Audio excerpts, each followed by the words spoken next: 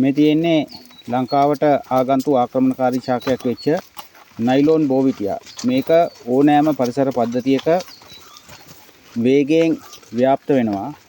විශේෂයෙන් ওই රබර් වගාව ආශ්‍රිතව, තේ වගාව ආශ්‍රිතව එහෙම කියන්නේ තෙත් කලාපයේ කියලා එහෙම සලකන්නත් අමාරුයි. බොහෝ පරිසර පද්ධති වලට මේක ආගන්තුක ශාකයක් විදිහට තියෙනවා. දැන් මේ අපි ඔබට පෙන්වන්නේ මේ ශාකය ශ්‍රීපාද රක්ෂිත අඩවියෙත් එහෙම නැත්නම් සමනල අඩවියෙත් මේ ශාකය බොහෝ තැන්වල ව්‍යාප්ත වෙලා තියෙනවා.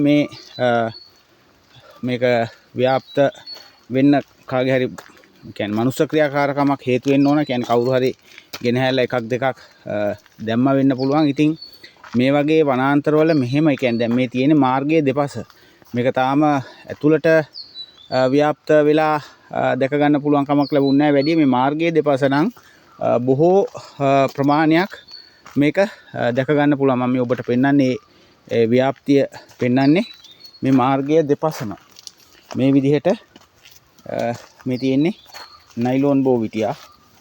ඉතින් මේවා කියන්නේ ආගන්තුක ආක්‍රමණකාරී ශාක ලෙස දැන් හඳුනාගෙන තිනවා ලංකාව.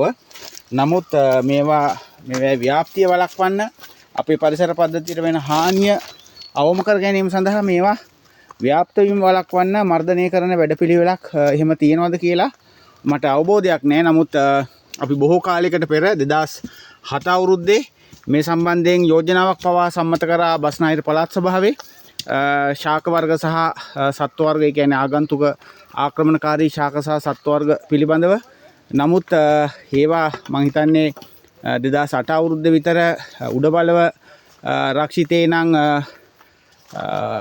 කියන්නේ කොන්ක්‍රීට්ඥා එහෙම නැත්නම් පොඩි සිඤ්ඤ මරන් එහෙම නැත්නම් කොන්ක්‍රීට්ඥා විශේෂයෙන් පොඩි සිඤ්ඤ මරන් නෙමෙයි ඒවා හඳුනාගෙන ලන්ටානා ශාකය මර්ධනය කිරීමකට මැදිහත් වුණා. විශේෂයෙන් අලින්ට ආහාර නොමැති වීම නිසා අලි තුවාල වෙනවා. ඒ කටු ඇනිලා. ඒක නිසා චම්පික රණවක ඇමතිවරයා ඉන්න කාලේ පරිසර ඇමතිවරයා විදිහට ඒ කටයුත්ත කළා. නමුත් මේ අද පෙන්නන නයිලෝන් බෝවිටියා ශාකය ශ්‍රීපාද රක්ෂිත අඩවියේ මාර්ගයේ දෙපස විශාල ව්‍යාප්තියක් හඳුනා ගන්න පුළුවන්. ඉතින් අපි පරිසරයට අදාළ බලධාරීන්ට අවධානය යොමු කරනවා.